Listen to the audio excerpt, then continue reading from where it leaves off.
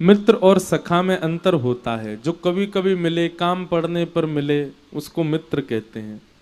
पर जो संग खाए, संग रहे, संग ही सब क्रिया करे, उसको सखा कहते हैं।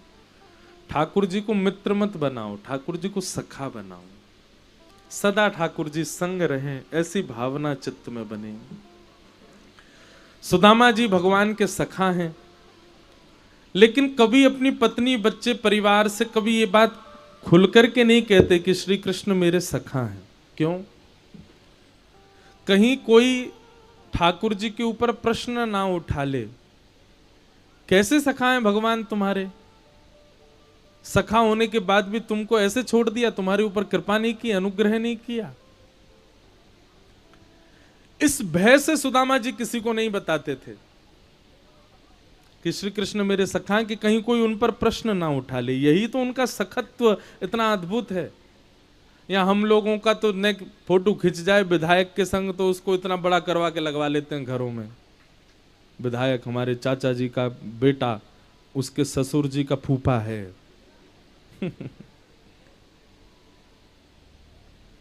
हम लोग विशिष्ट व्यक्ति से संबंध ना भी हो तो भी दिखाते हैं कि देखो हमारा इससे संबंध है। पर सुदामा जी का तो संबंध था, फिर भी नहीं बताया। बंधुओं, एक बात सदैव याद रखना,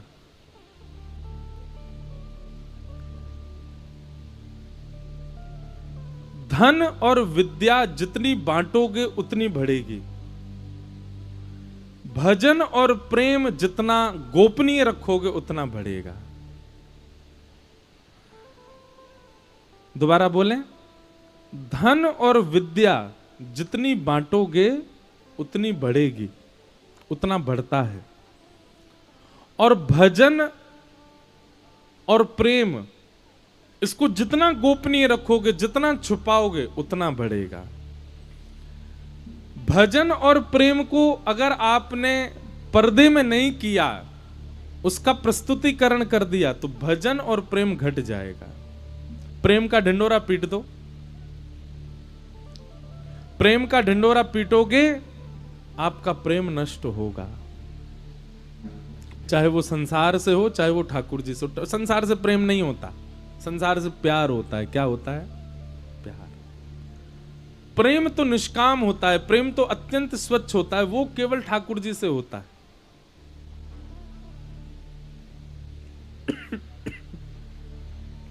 इसलिए प्रेम को गोपनीय रखो, उसका ज्यादा प्रचार मत करो। सुदामा जी महाराज कभी भी ये नहीं कहते थे कि कृष्ण मेरे मित्र हैं, सखा हैं। एक दिन भगवान ही एक भिक्षुक का वेश धारण करके आए, और वेश धारण करके आए और आकर के सुदामा जी के द्वार पर आकर के भिक्षा मांगने लगे।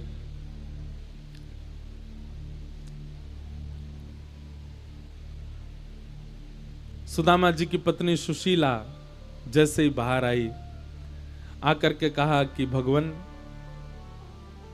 आप गलत स्थान पर आ गए हो, हमारे यहां भिक्षा देने के लिए कुछ नहीं है। तो वो भिक्षुक और कोई नहीं थे, ठाकुर जी थे। जोर से हंसने लगे, बोले कैसी बात कर रही हो माता जी? द्वारिकाधीश के सखा हैं आपके पतिदेव। सोने की नगरी में रहने वाले द्वारिकाधीश के सखा के पास इतनी भिक्षा नहीं कि एक भिक्षुक को दे दे। सुदामा जी की पत्नी बोली आपको किसी ने गलत बता दिया है, द्वारिकाधीश के तो हम दूर दूर तक कोई संबंध ही नहीं है, हमारे पति मित्र कैसे हो सकते हैं? महाराज भिक्षुक ने प्रमाण सहित कह दिया, बोले कि तुम्हारे पति के मित्र हैं द्वारिकाधीश। सुशीला बोली मुझे कैसे पता चले? बोले देखो तुम्हारे पति छुपाते हैं कि कहीं तुम कुछ मांग जांच ना कर लो कि भाई अपने मित्र से कुछ मांग लाओ, वो तो इतने बड़े संपत्तिवान लक्ष्मीपति हैं। इस भय से वो तुमको बताते नहीं है कि श्री कृष्ण उनके मित्र हैं। बाकी हम आपको एक उपाय बता रहे हैं, आप अपने पतिदेव सुदामा जी के पास जाकर के केवल इतना कहना कि क्या कृष्ण आपके बचपन के सखा हैं? यदि वे भजन में बैठे हों, उनके नेत्र खुल जाएं, वो घबरा जाएं, उनकी जीभ लड़खड़ा जाए, तो हमारी बात मान लीजिएगा, हम सत्य बोल रहे हैं। सुशीला ने वैसा ही किया। जैसे ही सुदामा जी भजन में बैठे थे, नेत्र बंद करके स्मरण कर रहे थे, सुशीला ने जाकर के कहा, सुनिए, क्या द्वारिकाधीश आपके बचपन के सखा हैं? सुदामा जी ने इस रहस्य को सबसे छुपा करके रखा, लेकिन आज पत्नी ने जब ये बात कही, सुदामा जी के हाथ से माला छूट गई, आंखें खुल गईं, घबरा गए, नेत्रों में आंसू आ गए। बोले नहीं नहीं, किसी ने गलत जानकारी दी, ऐसा कुछ नहीं। तो बोले गलत जानकारी है तो इतने घबरा क्यों गए आप? ये माला क्यों छूट गई आपके हाथ से? 10 दिन पहले हमारा बालक गिर गया था, वो जानकारी जब मैंने आपके भजन के समय दी, आपके नेत्र नहीं खुले। आप भजन करते रहे, मुझे इशारा करते रहे कि संभालो उसको। बालक को चोट लग गई तब आपको कोई प्रभाव नहीं पड़ा, लेकिन मैंने कहा कृष्ण बचपन के सखाए, तो माला छूट गई हाथ से, नेत्र खुल गए, आपके नेत्रों में अश्रु भरा है। आपको मेरी सौगंध है, छुपाइए मत, झूठ मत बोलिए, सत्य बताइए, श्री कृष्ण से आपका क्या संबंध? सुदामा जी के नेत्रों से अश्रु गिरने लगे। देवी, कहीं कोई मेरे मित्र पर प्रश्न ना उठा ले कि उसका मित्र में सुदामा इतना दीन, श्री कृष्ण का मित्र होने के बाद भी इतना दीन, इतना दैन्य, इतना निर्धन, कहीं कोई मेरे कृष्ण मित्र पर प्रश्न ना उठाए। इसलिए मैं इसको गोपनीय रखता हूं बात को, मेरे लाला पे कोई प्रश्न नहीं उठावे। कन्हैया मेरो मित्र नहीं है, कन्हैया तो मेरो सखा है, बचपन को सखा। अरे हम तो ऐसे सखाएं देवी कि एक दूसरे के कपड़ा पहन लेते और पूरी लीला सुनाने लगे। गुरुदेव गृह कार्य देते थे करने के लिए, कन्हैया को रोज को नियम मोकू ले जातो और मोकू प्रलोभन देतो। बोले हे सुदामा, मैं तुमको बेर खिलाऊंगा, मैं तुमको बढ़िया बढ़िया फल ला के दूंगा, तू मेरो काम कर दे, तू मेरो गृह कार्य कर दे। पहले देवी अपनो गृह कार्य बाद में कर तो, पहले कन्हैया को गृह कार्य कर तो। जब भी कोई गुरुजी प्रश्न पूछते, कन्हैया को उत्तर नहीं पता होता तो इशारों करके बता तो, बाद में कन्हैया मुंह को हृदय से लगा ले तो, तू हर जगह मेरी रक्षा करे। ऐसो मेरो सखा।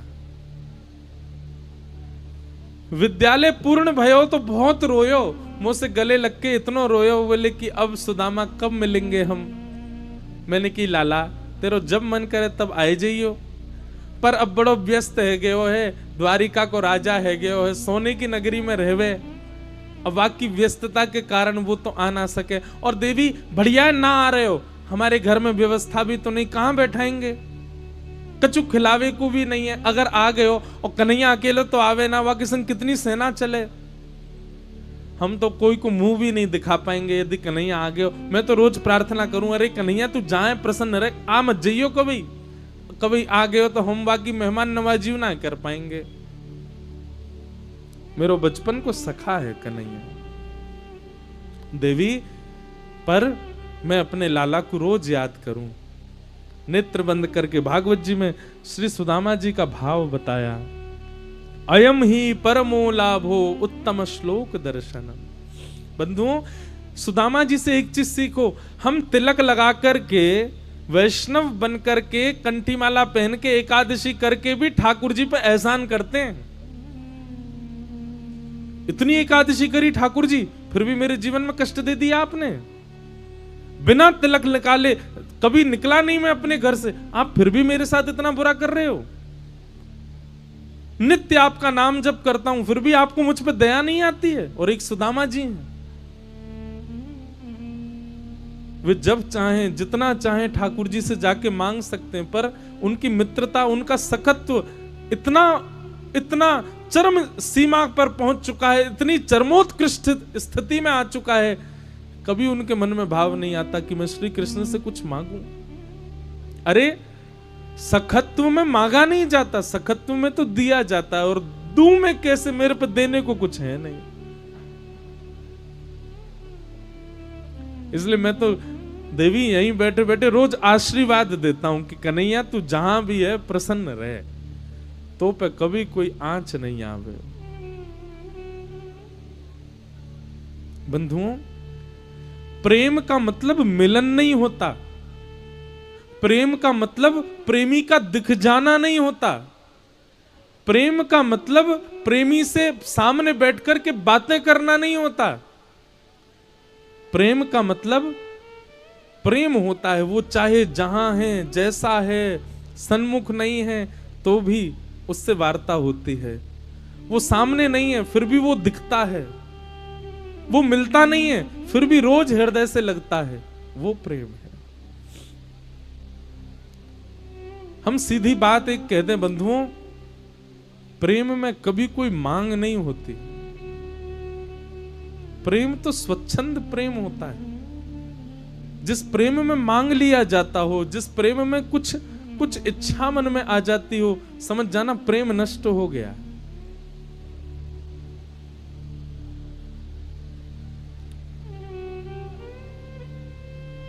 सुशीला सामने बैठकर के रुदन कर रही है, बोले कि नाथ आपने इतना बड़ा रहस्य छुपाया।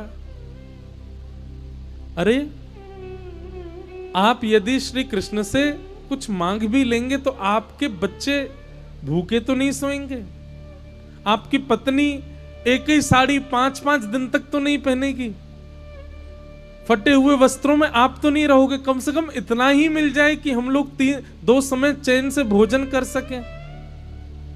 सुदामा जी तुरंत क्रोध में भर गए। देवी सोचना भी मत कि मैं कृष्ण से कुछ मांगूं। मेरो लाला है, मेरो सखा है, मैं वहां से कभी कछु ना मांग सकूं। और सुनो, आज के बाद कभी ये चर्चा नहीं होगी, बस अपने चित्त में रखना इस बात को। एक दिन की बात, बालक 2 दिन से भूखे थे सुदामा जी के घर में, कोई सामग्री नहीं थी और सुदामा जी का स्वभाव था वो मांगने किसी से जाते नहीं थे। कोई अपने आप दे जाए तो बात अलग है। बच्चे रोते रोते घर आए और रुदन करते हुए कहने लगे, मां 2 दिन से कुछ नहीं पाया, बहुत भूख लगी है, कुछ दो ना। सुदामा जी तुरंत बालक, इधर आओ दोनों आओ, और आलू जैसे दिखने वाले पत्थरों को पानी भर के पतीले में उसमें धर देते हैं, नीचे अग्नि लगा देते हैं। दोनों बच्चों को देखो, आलू अभी उबल रहे हैं, जैसे उबल जाएंगे तुमको पवाऊंगा। हाँ, बच्चे नाचने लग जाते हैं, उछल उछल करके पिताजी के गले से आज हमको आलू खाने को मिलेंगे। अच्छा, जब तक उबल रहे हैं तब तक क्या करोगे? बोले पिताजी आपकी गोद में सर रख के कथा सुनेंगे। हाँ चलो जल्दी आओ। दोनों बालकों को अपनी गोद में सुला लेते और कथा सुनाते सुनाते सुनाते फिर से बालकों को भूखा ही सुला देते। सुदामा जी के घर में वर्षा यदि हो जाए, नगर में वर्षा हो जाए, तो सुदामा जी के घर में कमर कमर तक जल भर जाता है। और जब तक वो जल निकल नहीं जाता, 4-4, 5-5 दिन तक परिवार में सुदामा जी, उनकी पत्नी, बच्चे सोते ही नहीं है। ऐसी स्थिति सुदामा जी की। और ये वो हैं जो भगवान के अति प्रिय सखा हैं। भगवान के बंधुओं, पूरी कृष्ण लीला में केवल 3 सखा रहे हैं, लिख लीजिएगा। पहले उद्धव, दूसरे अर्जुन और तीसरे सुदामा। ब्रजवासियों को आप अलग रखिएगा, वो सखा नहीं है, वो प्रेमी है, आत्मा है भगवान की। लेकिन सखा यदि आप देखेंगे तो भगवान केवल 3 सखा हैं पूरी कृष्ण लीला में, अर्जुन, उद्धव और सुदामा। अर्जुन भी अपनी विपत्तियों का सामना करके राजा बने हैं, उद्धव तो यदुवंशियों के मंत्री हैं, और सुदामा जी की स्थिति आप सुन ही रहे हो। ये 3 सखा। पत्नी ने जैसे ही देखा कि बच्चे आज भी भूखे सो गए, रोक नहीं पाई स्वयं को और सौगंध दे दी, सुदामा जी आपको मेरी और बच्चों की कसम है, आपको सौगंध है, आप अभी द्वारिका जाओ। और मैं नहीं कहती कि आप कुछ मांगने जाओ, आप केवल उनसे मिलने चले जाओ। सुदामा जी नेत्र बंद कर ली और बोले, देवी मैं सब समझ रहा हूं, तुम मिलने के लिए नहीं भेजना चाह रही हो, तुम इसलिए चाह रही हो मैं जाऊं तो मुझे कृष्ण देख ले और मेरी स्थिति देख करके उसको पता चल जाए कि मेरी हालत क्या है, तुम यही चाहती हो। सुदामा जी की पत्नी बोली, हां मैं यही चाहती हूं, आपको परवाह नहीं है पर मुझे चिंता है अपने बच्चों की। आप मत देखने जाइए, खुद को दिखा करके आ जाइए एक बार। मैंने सुना है उनकी दृष्टि जिस पर पड़ जाती है वो संपन्न हो जाता है। सुदामा जी बोले, शायद मैं लौट करके कभी नहीं आऊंगा देवी, क्योंकि मुझे संपन्न होने के लिए नहीं जाना कृष्ण के पास, मेरी कामना नहीं है। पर तुमने सौगंध दी है तो मैं जा रहा हूं, लौट के आऊंगा, इसकी उम्मीद मत रखना।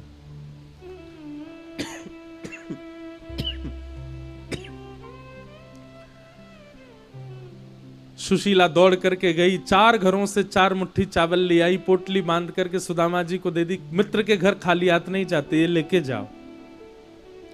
फटी हुई सी पोटली, उसमें 4 घर के चावल, 4, ये चतुराई है सुदामा जी की पत्नी की। एक घर से चावल नहीं लाई है, क्यों? एक घर से एक जैसे चावल होंगे, 4 घर के अलग अलग होंगे तो ठाकुर जी देखते ही समझ जाएंगे। सुदामा जी गए। बंधुओं,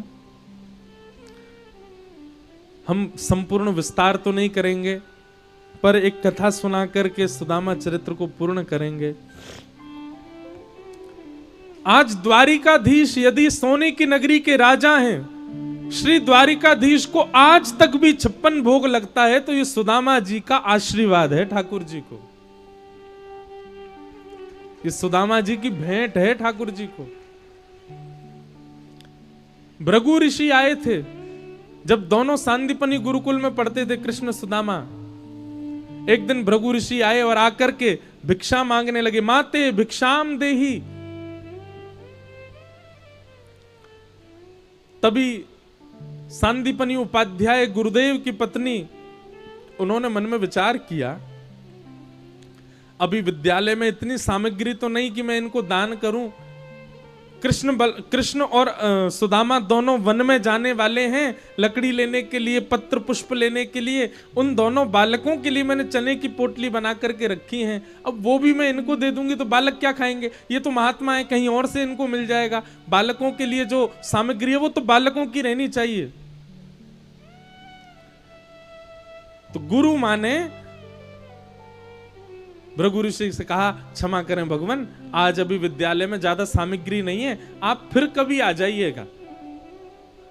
भृगु ऋषि ने नेत्र बंद करके देखा कि इतना बड़ा विद्यालय, दिव्य दृष्टि से देखा, कुछ नहीं है देने को। अरे साक्षात भृगु तुम्हारे द्वार पर खड़ा, कुछ देने को नहीं है। तभी दिव्य दृष्टि से उनको वो चने दिखाई दिए। भृगु ऋषि बोले, अच्छा बताता हूं। थोड़ी दूर गए और वहां कमंडल में से जल हाथ में लिया और श्राप दे दिया। गुरु मां गुरुदेव का बड़ा लोभ है बच्चों के प्रति, बड़ा मोह है बच्चों के प्रति, उनके लिए सामग्री बचा करके रखी, भृगु ऋषि को खाली हाथ भेज दिया। श्राप देता हूं, जो भी उन चनों को खाएगा वो लक्ष्मीहीन हो जाएगा, उसके घर से सदा सर्वदा के लिए लक्ष्मी चली जाएगी। भृगु ऋषि ने जिस समय ये श्राप दिया, जिस वृक्ष के नीचे भृगु ऋषि खड़े थे, उसी वृक्ष के पीछे एक झाड़ी में तुलसी जी तोड़ रहे थे सुदामा जी। और तब सुदामा जी प्रणाम करने के लिए बाहर निकल ही रहे थे कि तभी उन्होंने जल लेकर के श्राप दिया। सुदामा जी रुक गए और सुनने लगे ये क्या कर रहे हैं। तभी उन्होंने श्राप दिया, जो भी इन पोटली के चनों को खाएगा वो लक्ष्मीहीन हो जाएगा। सुदामा जी दौड़ करके गए कि मैं जाऊं देखूं कौन खा रहा उन पोटलियों को। तभी क्या देखते हैं, गुरुकुल से गुरु मां ही श्री कृष्ण को दोनों पोटलियां दे रही है, एक तेरी है लाला और एक सुदामा की है, दोनों पालियों वन में जाकर के। सुदामा जी दौड़ करके गए और जाकर के कहा, गुरु मां इसको मत दीजिए, मुझे दीजिए, जे बड़ो भोलो है, कहीं फेंक देगो, गेड़ देगो, मोए दे दो, मैं रख लूंगो, मैं खवाई दूंगो याकू। और सुदामा जी ने दोनों पोटली अपने पास रख ली। जैसे ही कृष्ण और सुदामा वन में गए, सुदामा जी अवसर ढूंढ रहे हैं और तभी एक अवसर मिला, एक लंबा पेड़। ठाकुर जी पेड़ पे चढ़ने में थोड़े कमजोर हैं। सुदामा जी दौड़ करके उसके ऊपर चढ़ गए और पोटलियां निकाल करके सारे चने खाने लगे। ठाकुर जी बार बार करें, अरे सुदामा जा, में मेरे हिस्सा क्यों चना है, अकेलो मत खाए जाइयो, मुंह को ऊपर आन दे, मैं खाऊंगो। लेकिन सुदामा जी नहीं माने, सारे चने खा गए, मुख में भर लिए सारे। किसी ने कहा फेंक दिए होते, अरे फेंक देते, कहीं अंकुरित होकर के यदि कोई और चने हो जाते, कितने लोग उसको पा लेते, कितने लोगों लक्ष्मीहीन हो जाते, इसलिए फेंके नहीं। सुदामा जी ने संपूर्ण चने पा लिए। ठाकुर जी ऊपर आए, आकर के कहने लगे, सुदामा तू तो बड़ो बड़ो नीत लो है, तुम मेरे हिस्सा क्यों चना खागो? अरे इतनी भूख लग रही, मुझे कह देता हूं, कम से कम ये तो नहीं करना चाहिए, दूसरे के अधिकार की वस्तु नहीं पानी चाहिए। सुदामा जी ने ठाकुर जी को हृदय से लगायो और बस एक ही बात बोले रोते हुए, बोले लाला तू सदा प्रसन्न रही हो, तू सदा खुश रही हो, तेरे हिस्सा के जितने कष्ट हैं वो सब भी मेरे जीवन में आ जाएं, पर तू सदा राज करियो, 56 भोग पइयो, सोने की नगरी में वास करियो, खूब सारे तेरे ब्याह है जाएं, खूब सारे तेरे बाल बच्चे है जाएं। लाला जीवन में जितना सुख मानव के होना चाहिए वो सबरे सुख तेरे जीवन में आ जाएं, ऐसा मेरा आशीर्वाद है लाला। बंधुओं, हमारे ब्रज के रसिक संत कहते हैं, द्वारिका नगरी इतनी विशाल है, इतनी अद्भुत है, उसमें सोना मढ़वाने की क्या जरूरत थी? बोले भैया ये अतीत का जो धन द्वारिका में है ना, ये सुदामा जी ने भेंट किया है ठाकुर जी को। ये सुदामा जी के हिस्से में आने वाला था, ये सुदामा जी के जीवन में आने वाला था, पर उन चनों को सुदामा जी ने पाक करके अपने हिस्से का धन भी ठाकुर जी को दे दिया। लाला तू सदा प्रसन्न रहे, ऐसे श्री सुदामा जी। पर ठाकुर जी क्या जानते नहीं है? सब जानते हैं। एक समय ठाकुर जी के पास सुदामा जी पहुंचे, भगवान ने जाकर के उनका खूब स्वागत किया, आसन पर विराजमान करके अपने नेत्रों के जल से उनके पैर को धोया, आदि आदि कथा सब आप लोगों ने श्रवण की है। सुदामा जी ने कुछ नहीं मांगा और भगवान ने सब कुछ दे दिया। तुच्छ, कुछ और सब कुछ, 3 बात हमेशा याद रखना।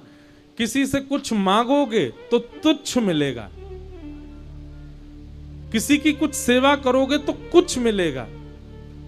और किसी के लिए नहीं, हम ठाकुर जी से कह रहे हैं, ठाकुर जी से कुछ मांगोगे तो तुच्छ देंगे, सेवा करोगे तो कुछ देंगे, लेकिन भुजा उठा के ठाकुर जी से कहोगे नाथ मैं आपका हूं, तो ठाकुर जी सब कुछ दे देंगे।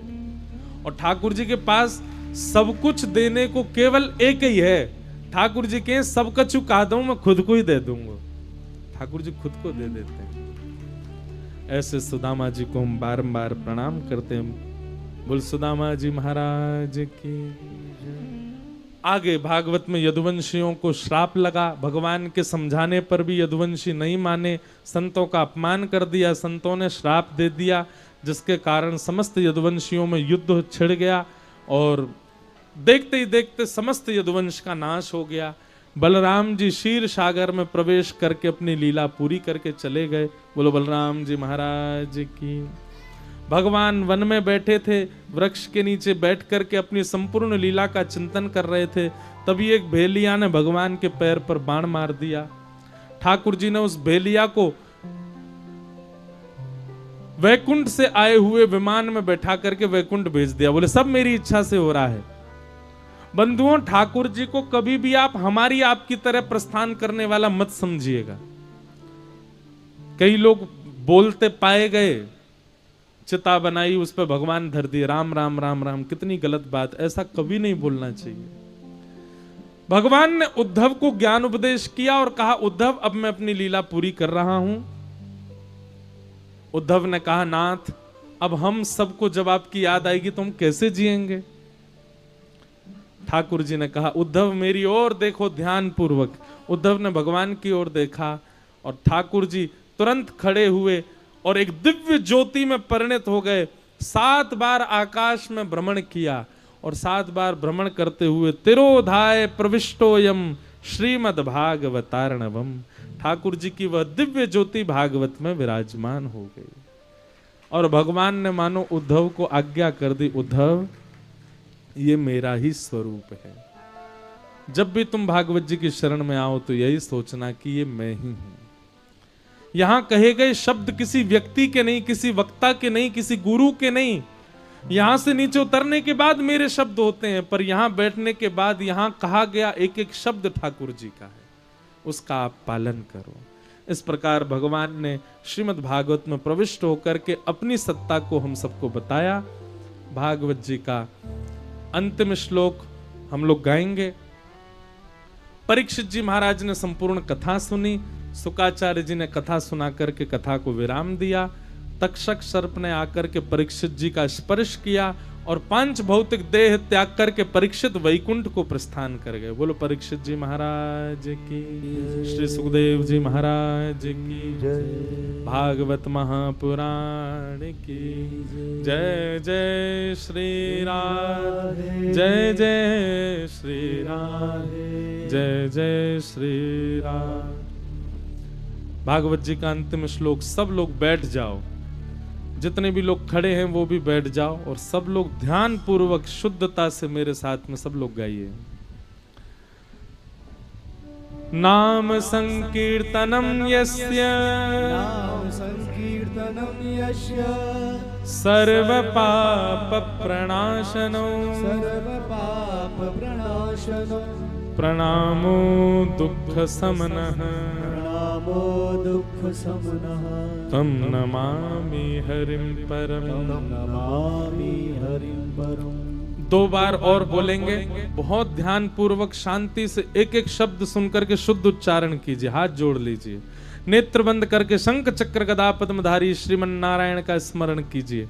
सब लोग बोलो, नाम संकीर्तनम यस्य, नाम संकीर्तनम यस्य, सर्व पाप प्रणाशनो, सर्व पाप प्रणाशनो, प्रणामो दुःख समनः, प्रणामो दुःख समनः, तम नमामि हरिं परम, तम नमामि हरिं परम। नाम संकीर्तनम यस्य, नाम संकीर्तनम यस्य, सर्व पाप प्रणाशनो, सर्व पाप प्रणाशनो, प्रणामो दुःख समनः, प्रणामो दुःख समनः, तम नमामि हरिं परम। तम नमामि हरिं परम।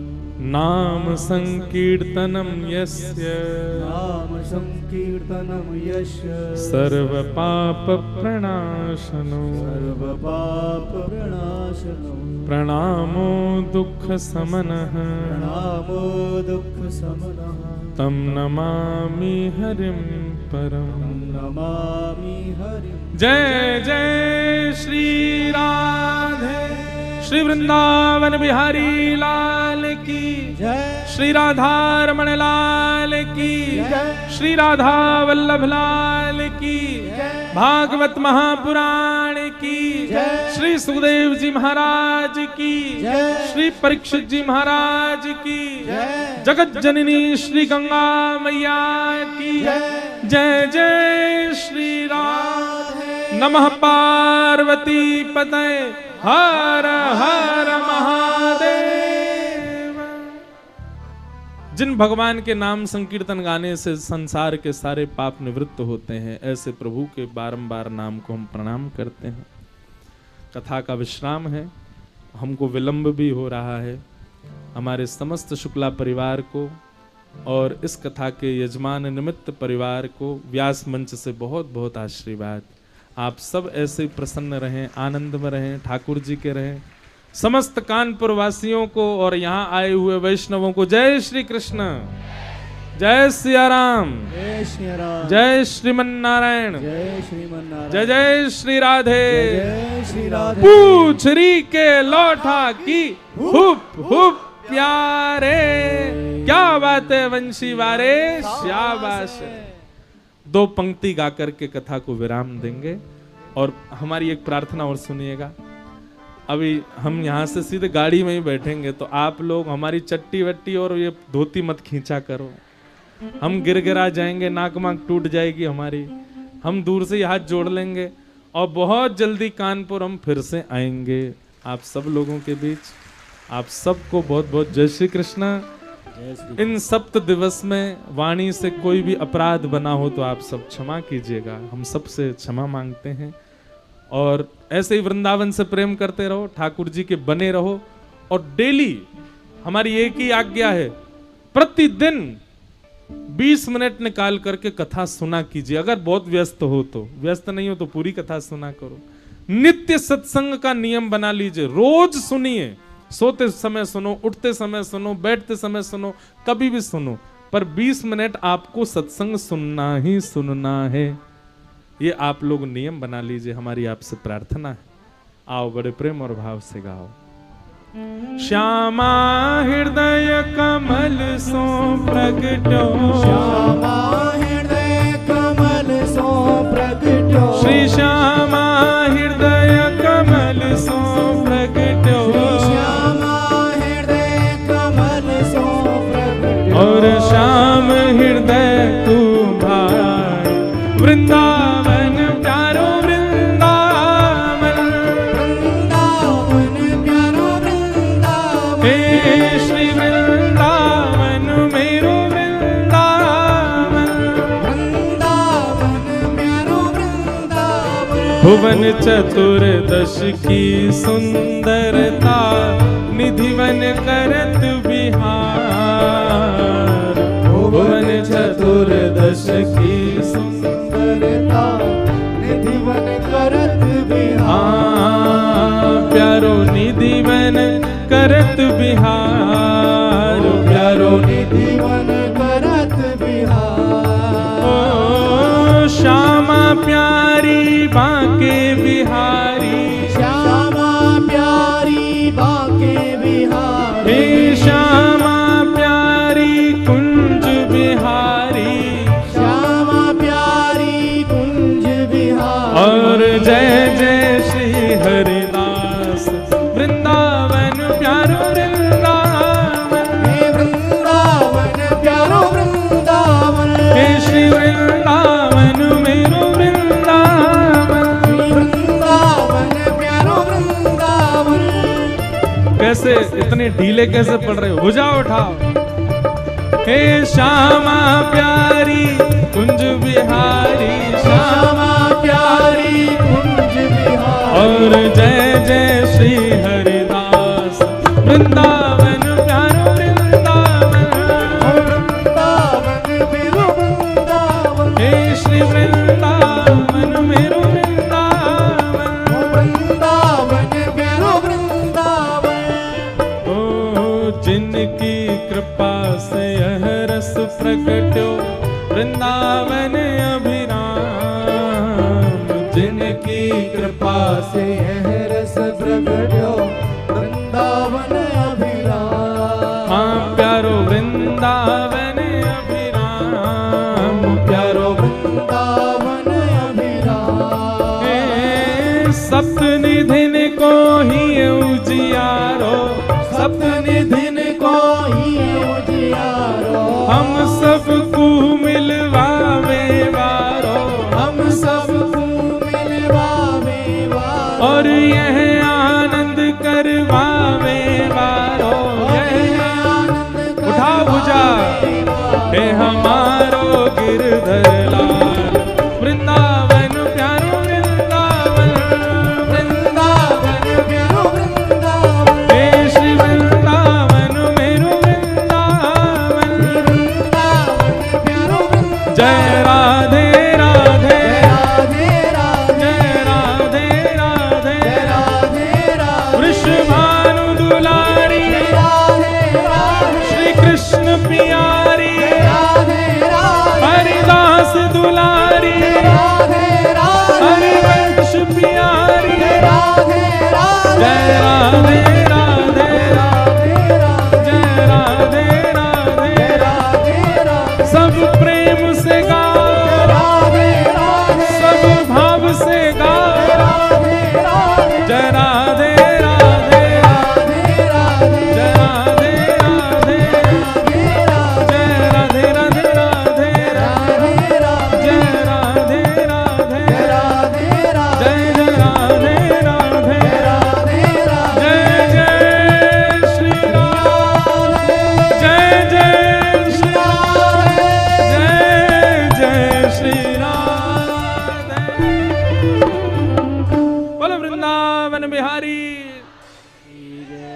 एक जोर की जय बोलो।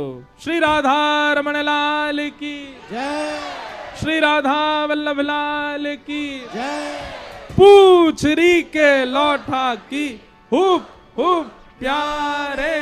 क्या बात है वंशी वारे, सबको जय श्री कृष्ण। जल्दी से अब आरती करके हम आप सबको प्रणाम करके यहीं से प्रस्थान करते हैं। आरती अति पावन पुराण की, आरती अति पावन पुराण की, भक्ति विज्ञान खान की, महापुराण भागवत निर्मल सुख मुख विगालित निगाह कर्ण फल परमानंद सुधारस में लीला रस रस निधान